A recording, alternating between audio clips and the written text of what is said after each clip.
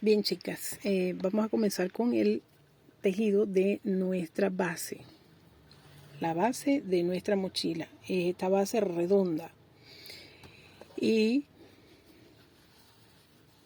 fíjense que en las mochilas que son decoradas, le podemos hacer la base también de varios colores o con diseño.